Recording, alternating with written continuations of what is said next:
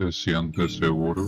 El día de hoy les hablaré acerca de el malware, las máquinas virtuales y las sandboxes. Las máquinas virtuales y las sandboxes son herramientas que se utilizan tanto para tener una capa extra de seguridad o analizar el malware. Sin embargo, los cibercriminales siempre están ingeniándoselas para poder saltarse este tipo de análisis. A continuación, les explicaré en esta Power Class de ciberseguridad cómo es que el malware se da cuenta cuando está dentro de una sandbox o una máquina virtual. Una de las estrategias más importantes para analizar y entender cómo funciona un malware es ejecutarlo en un entorno controlado, como una sandbox, es decir, una caja de arena o una máquina virtual. Sin embargo, los desarrolladores de malware lo saben muy bien y por eso han creado métodos sofisticados para detectar cuando están siendo observados. Pero vayámonos a los conceptos. ¿Qué es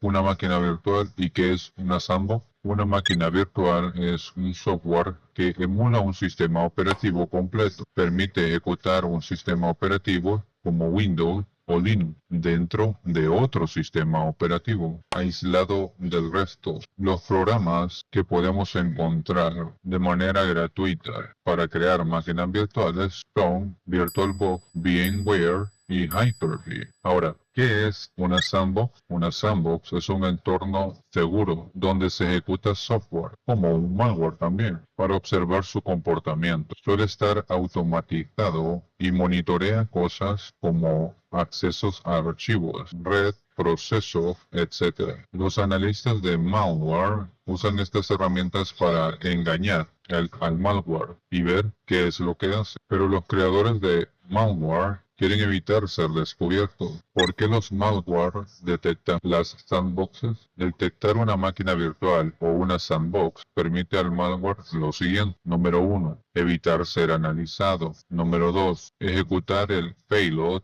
o carga útil real si se detecta que está siendo observado. Número 3. Cambiar su comportamiento dependiendo del entorno. Número 4. Burlar sistemas automáticos de detección como antivirus basados en comportamiento. Técnicas de detección de entornos de virtualización. A continuación les presento las principales técnicas que usan los malware para detectar si están siendo ejecutados en un entorno de análisis. Número 1. Detección de procesos y servicios sospechosos. Algunas sandboxes o entornos de análisis ejecutan servicios o procesos conocidos y el malware puede buscar estos procesos como por ejemplo los siguientes. Número 1. BMSRDC.exe de VMware. Número 2. BMToolsD.exe de VMware Tool. Número 3. VBoxService.exe de VirtualBox Guest Addition. Número 4. Wireshark.exe,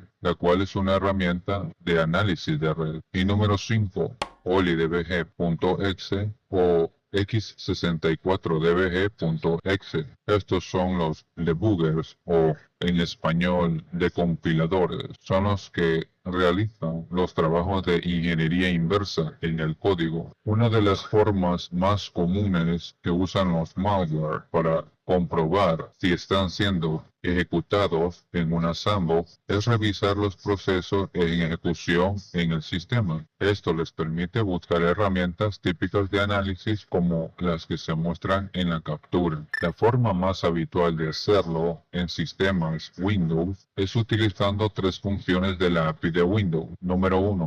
Create Tool Help 32 Snapshot, el cual hace que toma una foto de los procesos actuales del sistema. Número 2. Process 32 Purge, es una función que obtiene el primer proceso de la lista. Número 3, process32net. Esta función recorre el resto de los procesos. Ahora, API, por sus siglas en inglés, significa Application Programming Interface, lo que en español se traduce como interfaz programable de la aplicación. Estas funciones mencionadas permiten al malware enumerar todos los procesos activos y buscar nombres sospechosos. Número 2. Inspección de drivers o dispositivos del sistema. El malware puede mirar los drivers instalados o los dispositivos virtuales que delatan un entorno de virtualización. En lugar de intentar abrir el archivo, lo cual podría generar alertas o errores, el malware simplemente consulta sus atributos usando la función getFileAttribute de la API de Windows, como se verá en la siguiente captura. Devuelve los atributos del archivo o carpeta especificada. Si el archivo no existe, la función devuelve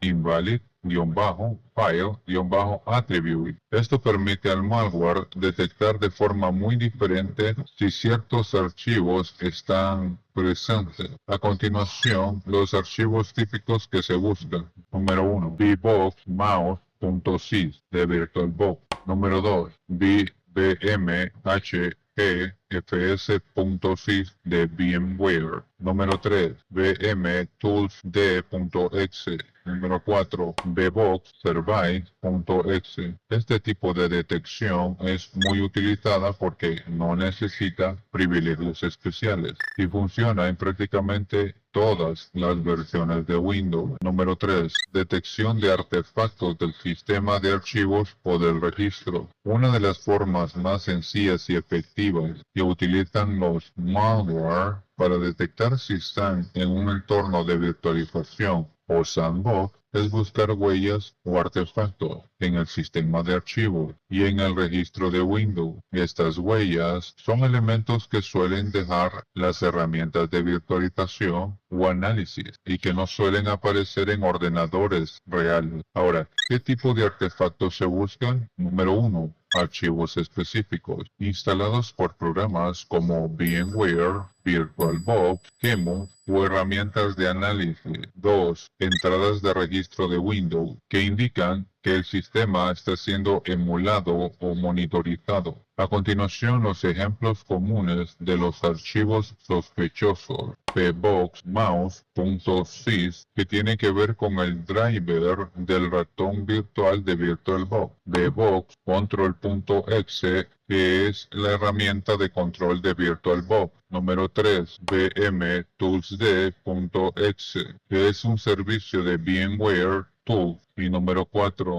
vmmouse.sys, que es un driver de ratón de VMware. A continuación, los ejemplos comunes de claves del registro. El número 1 detecta VirtualBox. El número 2 detecta VMware. El número 3 detecta VirtualBox Guest Addition. Y el número 4 detecta que el entorno usa Wine, el cual es un programa que se instala en Linux para emular programas de Windows. Ahora, ¿cómo lo detecta el malware? El malware puede utilizar las siguientes dos funciones. Número 1, getFileAttribute para saber si un archivo existe sin abrirlo. Función número 2, regopen.key y requeryValueX para leer el registro de Windows. Número 4. Verificación del hardware, es decir, CPU, RAM, disco. Una de las formas más comunes que usan los malware para detectar entornos artificiales como máquinas virtuales o sandboxes es comprobar los recursos de hardware disponibles.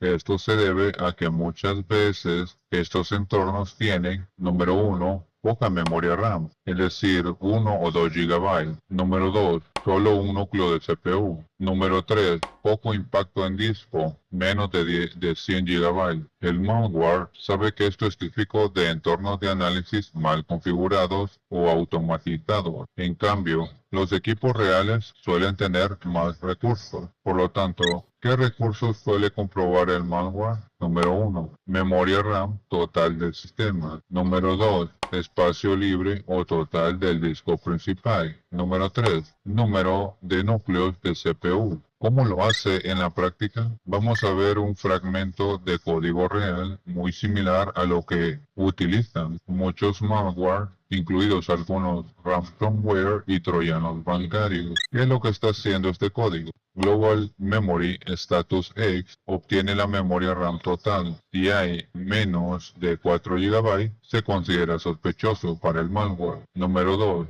La función getThisFreeSpaceExact comprueba el tamaño del disco C. Si hay menos de 100 GB de espacio, también es sospechoso. Número 3. GetSystemInfo, que obtiene el número de procesadores lógicos, es decir, los núcleos. Si hay un núcleo o menos, el entorno es considerado artificial. Ejemplo de detección en el lenguaje C. Número 5. Consulta del nombre del sistema, usuario o red. Algunas sandboxes tienen nombres genéricos como: número 1. Nombre de máquina. Ejemplos: sandbox-pc, análisis-pc. Número 2. Nombre de usuario. Ejemplo: admin, user, test. El malware puede comprobar esto. Cambio de lenguaje. Así vemos más variedad. Detección de tiempos anormales o timing tag. Una técnica avanzada pero muy utilizada por el malware es la detección de anomalías en el tiempo de ejecución. En una sandbox o una máquina virtual, las operaciones pueden ser más lentas o no reflejar el tiempo real debido a lo siguiente. Número 1. La monitorización constante de llamadas al sistema. Número 2. La emulación de hardware. Número 3. Interrupciones artificiales que ralentizan el sistema. El malware puede aprovechar estas inconsistencias para detectar que no está en un entorno normal. ¿Cómo detecta el malware estas anomalías? Utilizando funciones que miden el tiempo real y comparando el resultado contra lo esperado. Si la ejecución de una instrucción simple como sleep 1 tarda más de lo normal, o si la precisión del reloj de alto rendimiento es inconsistente, el malware lo interpreta como una señal de sandbox. Veamos un ejemplo real adaptado de código malicioso. Ahora, ¿qué es lo que está haciendo este código? Número 1. La función query performance counter mide el tiempo con alta precisión basado en el hardware. Es decir, se compara otros valores para ver si hay saltos extraños o lentitud. Número 2. Sleep 1. Get tick count, que simula una espera de 1 milisegundo. Es decir, si la diferencia entre el tiempo antes y después del sleep es mayor a 100 milisegundos, es un claro indicio de que el entorno no se comporta con normalidad. ¿Por qué es sospechoso? Porque en un entorno real, sleep 1 milisegundos debería demorar entre 1 y 15 milisegundos, dependiendo del temporizador del sistema. Si la diferencia supera los 100 milisegundos, como en este ejemplo, significa lo siguiente. Número 1. El sistema puede estar siendo emulado. Número 2. Hay una interferencia del entorno de análisis. Número 3. El tiempo ha sido manipulado, es decir, acelerado o ralentizado. Miremos otro ejemplo de detección, pero esta vez en el lenguaje de programación Python.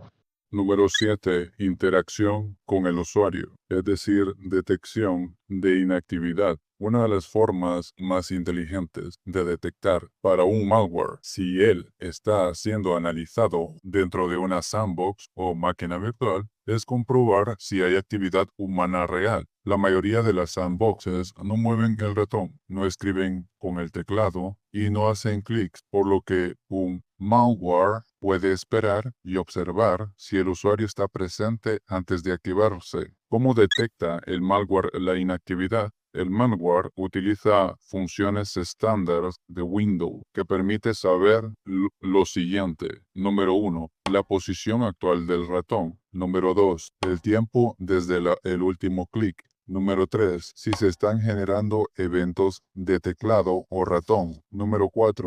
La velocidad o frecuencia de los movimientos. Si en varios segundos no detecta interacción, el malware puede asumir que está dentro de una sandbox y no ejecutarse.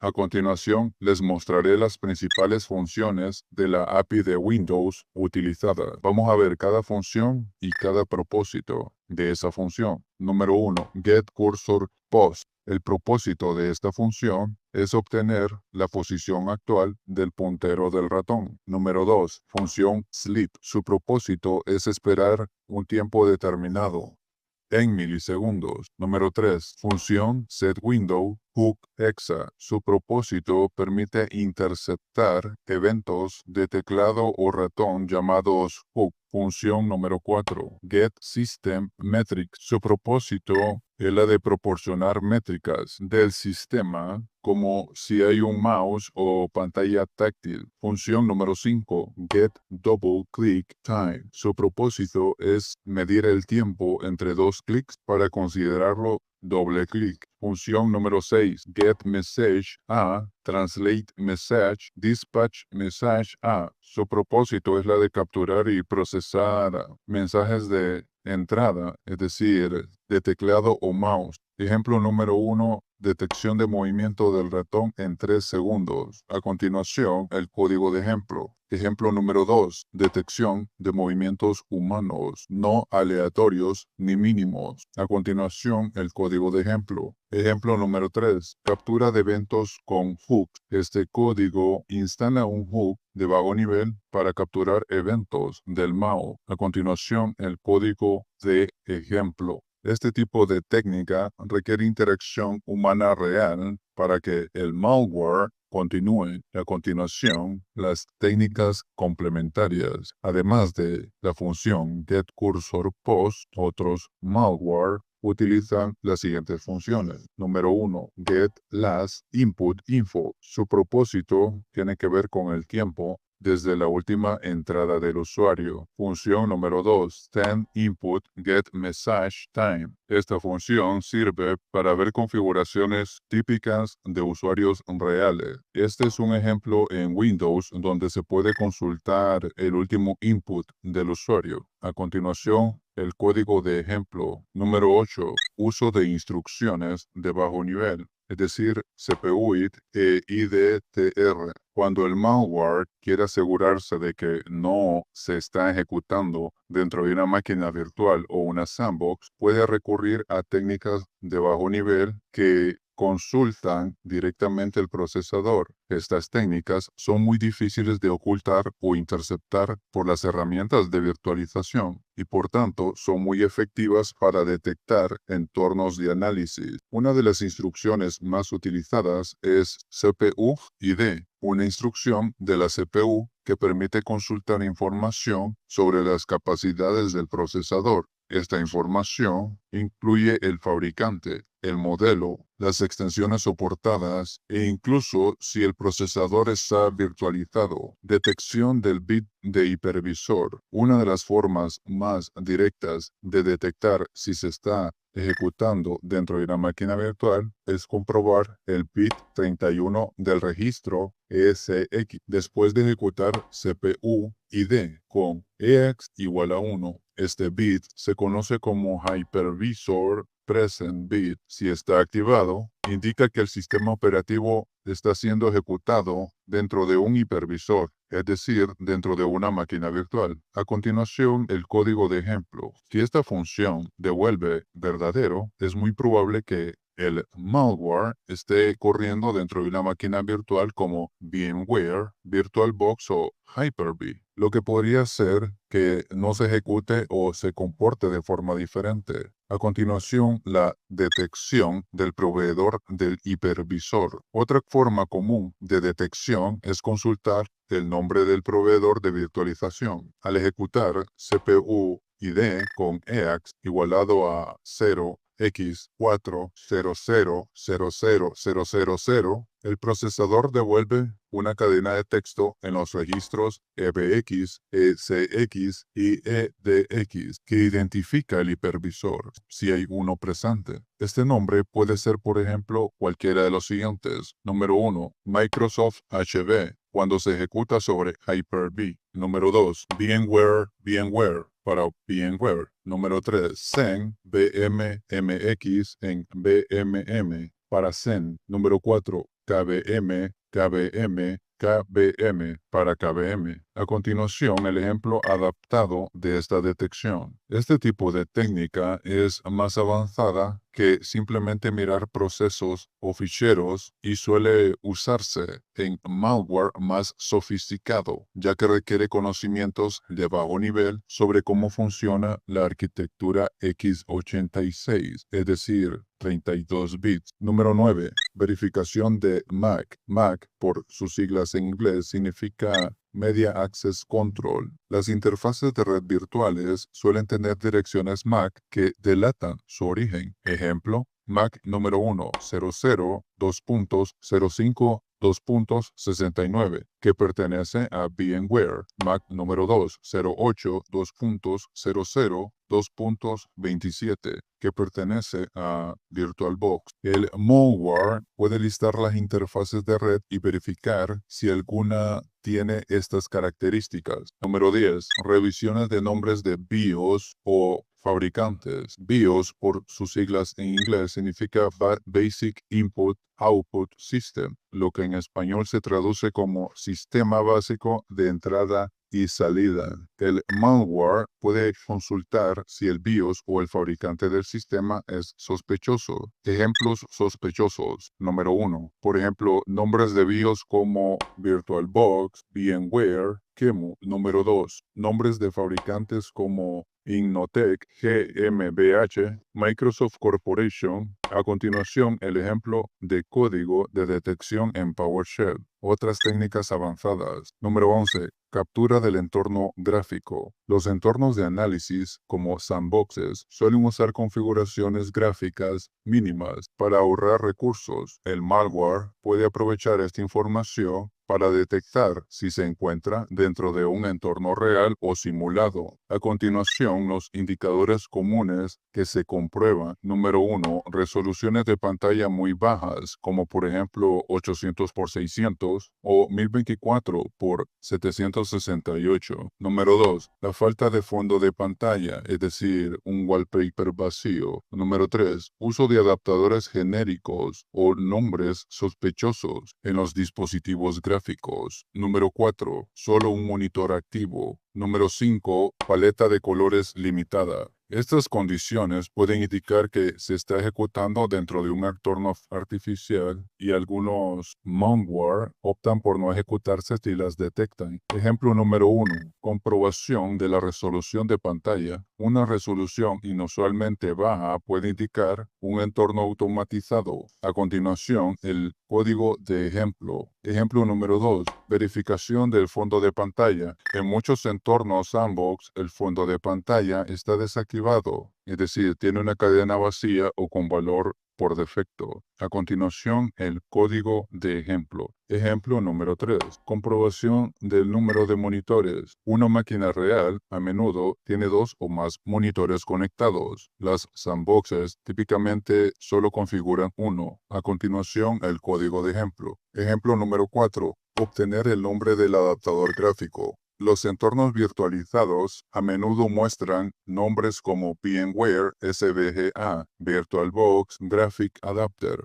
o Microsoft Basic Display Adapter. A continuación, el código de ejemplo. Ejemplo número 5. Captura de pantalla, Screen Grab. Algunos malware toman como una imagen de la pantalla y analizan los colores, píxeles o si hay activity, es decir, por ejemplo, ventanas abiertas, movimiento, etc. A continuación, el código de ejemplo. Número 12. Comprobación de conectividad real. Uno de los métodos más eficaces para detectar si se está dentro de una sandbox o un entorno controlado es probar si se tiene acceso real y sin restricciones a Internet. Las sandboxes suelen hacer lo siguiente. Número 1. bloquear conexiones externas. Número 2. Redirigir todo el tráfico a herramientas de simulación como InetSim. Número 3. Resolver nombres de dominio con DNS locales. DNS, por sus siglas en inglés, significa Domain Name Server,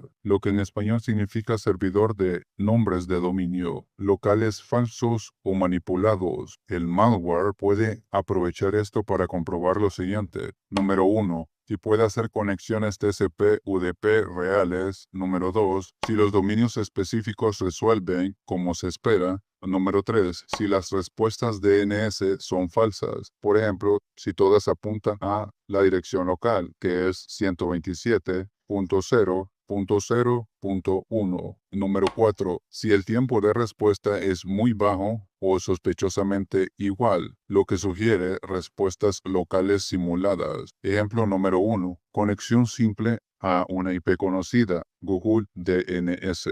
A continuación, el código de ejemplo. Esto es simple pero efectivo. Si no puede alcanzar 8.8.8.8, el DNS de Google puede deducir que está aislado. Ejemplo número 2. Consulta de DNS sobre HTTPS. HTTPS, por sus siglas en inglés, significa Hypertext Transfer Protocol Secure, lo que en español se traduce como Protocolo de Transferencia de Hipertexto Seguro. A continuación, el código de ejemplo. Ahora, ¿qué es lo que hace esto exactamente? Número 1. El malware no depende del resolver del sistema operativo, que puede estar manipulado. Número 2. La consulta directamente a Google DNS vía HTTPS, lo cual es difícil de interceptar por herramientas como InetSim. Número 3. Si la respuesta contiene una IP esperada, se considera que está en un entorno real. Esto evita la detección o alteración que muchos sandboxes hacen al interceptar llamadas a GetHostByName, GetOtherInfo, etc. Ejemplo número 3. Verificación de dominios, marcadores o canary domain. El malware puede usar dominios controlados por el atacante como dominio-malicioso.com para hacer lo siguiente. Número 1. Ver si se resuelven correctamente. Número 2. Comprobar si son redirigidos a una IP conocida del sandbox como 10.0.2.15 o 127.0.0.1. O número 3. Ver si no se resuelven en absoluto, lo que indica bloqueo o DNS local falso. Ejemplo número 4. Tiempo de respuesta DNS. Si el DNS responde demasiado rápido, es una señal de que no está saliendo a Internet, sino que está siendo interceptado localmente. A continuación, el código de ejemplo. Ejemplo número 5. Comparar múltiples respuestas DNS. Un truco más avanzado consiste en hacer varias peticiones del mismo dominio y verificar si las respuestas son coherentes. Los entornos simulados a veces responden igual para todo. A continuación, el código de ejemplo. 13. Técnicas de retardo o delay execution. El malware espera unos minutos u horas antes de ejecutarse, sabiendo que muchas sandboxes solo observan durante unos segundos. Dentro de una sandbox, si no se observa actividad maliciosa dentro del tiempo asignado, el análisis termina y el malware pasa desapercibido. Técnicas comunes de retardo. Número 1. Función de sleep largo. Número 2. Loops inútiles. Sleep loop. Número 3. Basado en hora real. Número 4. Comprobación de uptime del sistema. Antianálisis, sleep patching y sleep skipping. Los entornos de análisis modernos, como por ejemplo Puko, Cape, Parch and Sleep, para que no se esperen realmente los segundos indicados. En respuesta, el malware puede hacer comprobaciones como el siguiente código de ejemplo. A continuación, un ejemplo de código en el lenguaje de programación Python en un entorno controlado. Número 4. Cifrado o empaquetado del payload. Muchos malware modernos no contienen directamente su carga maliciosa,